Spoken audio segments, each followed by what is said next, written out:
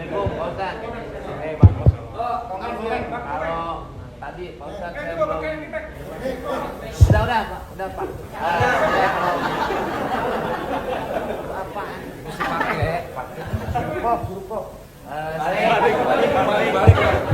Saya belum ya. Saya belum paham yang tadi Pak Ustadz bilang apa wasaah apa wasi. Oh, lo jangan nyampur. Agama lo beda lo. Wasaah sambil bercanda apa tadi gitu. Pak Ustadz lupa ya, nanti saya jelasin lagi. Apa tadi? Wasaah kalau nggak salah. Nggak tahu, ujang adanya kali. Ya Pak Ustadz. Ya itu. Wasilah. Bukan. Wasaah apa wasiah? Tentu baik, tentu buruk. Wassalam habis dong. Ya? Sa'ah wa sa'ah. Nah, itu Pak Ustadz. Sa'ah. Jadi ketika itu ucapan hadis Nabi.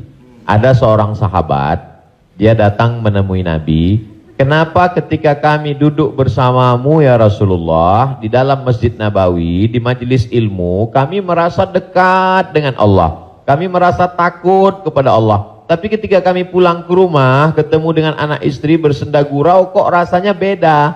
Lalu apa kata Nabi? Sa'ah wa sa'ah. Hidup ini ada masanya serius, ada masanya bercanda, ada masanya begini. Lau kuntum kama kuntum la safahatkumul malaikah. Seandainya kamu seperti itu terus, seperti saat berada denganku di hadapanku di masjid, tidak berubah-berubah, turun malaikat bersalaman dengan kamu, kata Nabi SAW.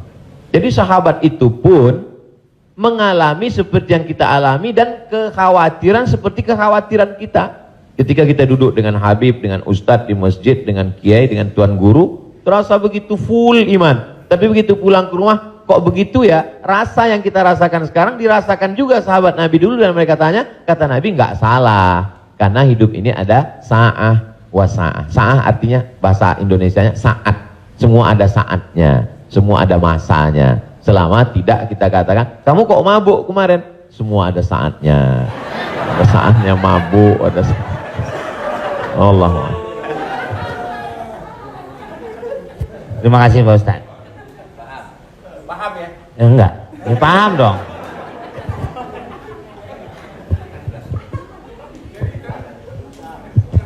Mungkin dari sini ada. Tapi satu lagi pertanyaan, saya mau nanya. Pak Ustadz, ini masalah saya pribadi. Jadi saya ya ada masukan juga ketika hukum riba. Mobil itu ya, ini umum ya kan.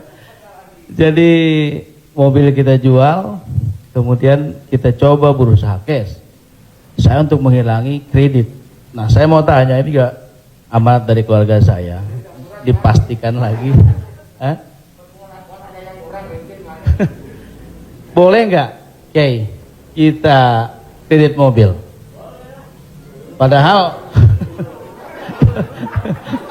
padahal ini menjadi hal penting bagi saya untuk mobilisasi kemana gitu.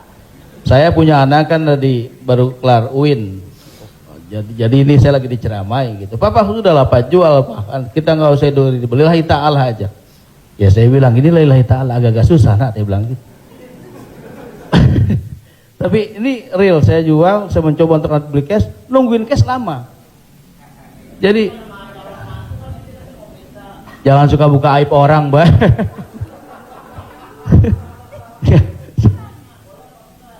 Ya, udah tadi ini dulu belum kelar. Jadi boleh nggak saya riba, oke? Sorry, boleh nggak kredit mobil itu?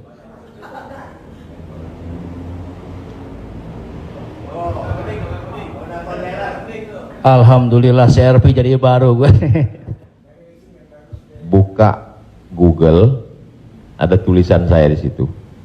Nanti Bapak, Ibu, Abang, Mas share ke teman-teman. Buka Google, tulis di situ Somad Morocco, SOMADMOROCCO, Somad Morocco. SOMAD MOROCCO, Somat Moroko spasi kredit. Sudah? Enter. Somat Moroko spasi kredit, tulisan yang paling atas kredit, ada tanda tanya, Aska. Di situ jawaban. Saya sudah tulis tentang masalah kredit ini.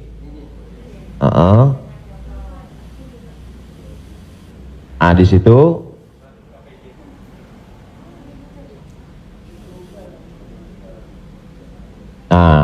bisa dibaca. Bisa bahasa Arab, Ustaz. Ada terjemah Mas Komeng, terjemah di bawah. Terjemah di bawah. Majma' Al-Fiqih Islami membolehkan jual beli dengan tempo. Membolehkan jual beli dengan tempo, jangka waktu, garis miring kredit pada konferensi ke-6 yang dilaksanakan di Jeddah pada tahun 1990 dalam keputusan tersebut. Jadi jual beli dengan tempo kredit itu boleh. Bawah, ini penjelasannya. Yang bawah langsung bahasa ke jawaban. Jual beli kredit itu tidak ada keberatan di dalamnya, boleh jika waktu dan tambahannya diketahui. Dibayar dalam waktu 2 tahun. Dibayar dalam harga 200 juta. Dicicil 1 bulan 15 juta, misal 10 juta, 12 juta. Meskipun harga kredit lebih mahal daripada kontan, karena penjual dan pembeli sama-sama mendapat manfaat. Penjual mendapat manfaat tambahan harga dan pembeli mendapat manfaat tempo jangka waktu. Disebutkan dalam Sahih Al-Bukhari. Apakah di zaman Nabi ada kredit? Ada. Dalam Sahih Bukhari, Sahih Muslim, bahwa barirah itu manusia. Waktu itu masih boleh jual manusia, hamba sahaya. Bahwa barirah dijual oleh tuannya dengan cara kredit selama 9 tahun. 1 tahunnya dibayar 40 dirham. Ini menunjukkan bolehnya jual beli kredit. Kesimpulannya, uang dengan barang boleh, tapi uang dengan uang riba. Prof, saya pinjam uang 200 juta. Nanti saya bayar 220. Haram, riba. Tapi ketika saya beli mobil, Prof, saya cicil tiap bulan, maka lunas dalam waktu 1 tahun, itu tidak riba karena akadnya uang dengan barang. Yang jadi masalah ketika kita pergi ke dealer untuk beli mobil, kita katakan kita tidak punya uang cash, dia tidak mau langsung transaksi dengan dia, tapi dia akan libatkan pihak ketiga, penyedia keuangan. Pada akhirnya transaksi kita adalah uang dengan uang. Uang dengan uang, bukan uang dengan barang. Lalu apa solusinya? Pergi ke bank syariah. Kenapa di bank syariah uang dengan barang? Assalamualaikum, waalaikumsalam. Bank syariah, saya mau beli mobil. Terus mau pinjam uang. Kata bank syariah, kami tidak melayani peminjaman uang dengan uang, karena uang dengan uang berbunga haram. Bapak sebetulnya mau beli apa? Mau beli mobil. Kata orang bank syariah, mobilnya kami beli. Bank syariah membeli mobil. Setelah itu bank syariah menjual mobil itu ke kita, maka akadnya kredit sama seperti barirah dibeli pada zaman Nabi, kredit 9 tahun. Jadi akadnya adalah uang dengan barang. Begitu. Allahu a'lam. Ya alhamdulillah. Beli lagi. Saya lebih kembali lagi pakai syariah. Selanjutnya siapa yang mau bertanya? Silakan umum sekarang. Bang Dery mau nanya? Oh, yang ibu-ibu aja, ibu-ibu. Pak.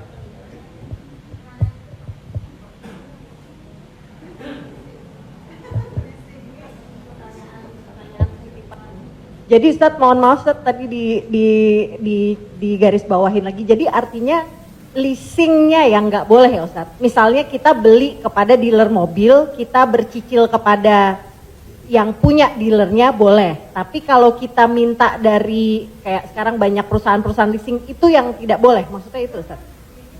Ketika saya mau beli mobil, saya tidak punya uang cash, Iya. maka kata si dealer, Iya. kami akan arahkan Bapak ke penyedia keuangan. Ya. Maka sebenarnya saat itu saya membeli mobil itu cash sebenarnya. Karena dealer tidak mau dia barang ini tidak cash. Jadi kemudian yang saya cicil setiap bulan itu adalah bukan mobilnya tapi uangnya. Maka saya terjebak pada Riba. rentenir, riba, bahasa kerennya leasing segala macam. Inilah yang menyebabkan haramnya karena transaksinya adalah uang dengan uang. Lalu solusinya mana Ustadz? Bank syariah. Iya. Karena di bank syariah itu disitulah letak. Jadi orang yang tidak mengerti dia katakan sama aja bank syariah dengan konvensional, bedanya pegawainya pakai jilbab, masuknya assalamualaikum. Enggak. Perbedaan dalam jual beli dalam Islam itu adalah pada akadnya. Maka bank syariah membeli mobil itu milik bank syariah, maka saya membeli mobil itu secara cicil, akadnya adalah uang dengan barang. Oh, Wallahu a'lam. Satu lagi Ustaz, kalau beli emas secara online itu gimana Ustaz? Sebagian ulama mengatakan membeli emas secara online tidak langsung dan dicicil riba. Mengapa mereka mengatakan riba? Karena transaksi itu uang dengan uang. Oh, ini enggak uang dengan uang Ustadz. Ini Ustadz uang rupiah. Lalu kemudian yang jual ini kan emas. Di zaman Nabi enggak ada uang kertas. Di zaman Nabi hanya ada dua uang. Yang pertama dinar, uang emas. Yang kedua dirham, uang perak. Maka ketika saya beli emas tidak cash, maka sesungguhnya akadnya adalah uang dengan uang rupiah dengan uang emas. Itulah orang yang mengatakan nggak boleh beli emas kalau nggak cash karena transaksinya uang dengan uang. Tapi pendapat kedua mengatakan boleh beli emas kredit tidak cash. Kenapa? Karena zaman sekarang emas sebagai komoditi, emas sebagai barang, emas bukan sebagai uang. Dan fatwa Majelis Ulama, fatwa Ormas Islam kontemporer mengatakan boleh beli emas tidak cash karena emas zaman sekarang bukan uang. Emas sekarang adalah barang. Jadi sama dengan kalau saya beli mobil boleh kredit, maka beli gelang juga boleh karena bukan uang dengan uang. Di situ letak sebab boleh tidak bolehnya. Wallahu a'lam.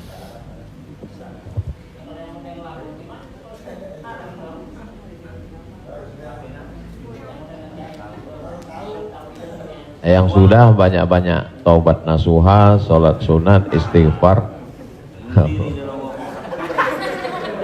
Kalau sedang dalam proses bisa dibom, ada aset yang bisa dijual untuk ngebom supaya selesai, jual lah. Tapi kalau ini aset pokok tidak boleh jual rumah karena rumah pokok, sama seperti makan. Ini kalau saya jual aset ini saya bom meledak semua Ustadz. Ini Hiroshima Nagasaki hancur semua. Maka nggak boleh. Azam tekad dalam hati, saya mencari nafkah, saya lunasi sampai habis, nanti setelah ini saya tobat berhenti. Tapi kalau bisa jual satu petak ini lalu ditutup ini, lakukanlah untuk melepaskan diri dari riba. Karena riba itu 5 ancamannya. Yang pertama, alladzina ya'kuluna riba la yaqumuna illa kama yaqumul ladzi yatakhabbathu syaitanu minal mas. Orang yang makan riba nanti bangun bangkit dari kubur ketika di padang mahsyar seperti orang kerasukan setan. Yang kedua, ayyuma lahmin nabata min haramin fannaru aula bih. Setiap daging di badan tumbuh dari yang haram, maka tempatnya api neraka jahanam. Yang ketiga, orang kalau dia makan haram, maka doanya tidak dikabulkan Allah. Mat'amuhu haram, makanannya haram. Mashrabuhu haram, minumannya haram. Malbasuhu haram, pakaiannya haram. wa ghudhiya bil haram, dia diberi makanan haram, anna yustajabulah, apakah mungkin doanya dikabulkan Allah? Yang ketiga, yang keempat, nasiyatin kazibatin khati'ah, ubun-ubun, penipu, pembohong, pelaku dosa. Padahal yang berdosa itu tangan, yang berdosa itu mulut. Kenapa dikatakan ubun-ubun? Karena ternyata ada otak bagian depan yang selalu kita usap ketika sedang wudu. Disitulah pemikir. Otak ini berpikir ketika dia dapat semprotan darah. Darah itu menyembur dari jantung. Darah itu dari makanan. Sepiring makanan riba berubah menjadi setetes darah, disemburkan oleh jantung naik ke otak, isi otak haram, maka bawaannya mau haram saja. Gara-gara riba. Heran saya ini Pak Ustadz, kenapa pikiran saya ini mau haram saja? Sebabnya gara-gara makan riba. Yang terakhir, yang kelima adalah tidak ada keberkahan. Hidup ini yang kita cari berkahnya. Makanya ketika anak lahir yang didoakan berkah. Barakallahu laka fil mauhub. Ketika orang menikah yang didoakan berkah. Barakallahu lakuma wa baraka alaikuma. Ketika ketemu yang didoakan berkah. Assalamualaikum warahmatullahi wabarakatuh. Ketika makan yang diminta berkah. Allahumma barik lana. Wallahu a'lam.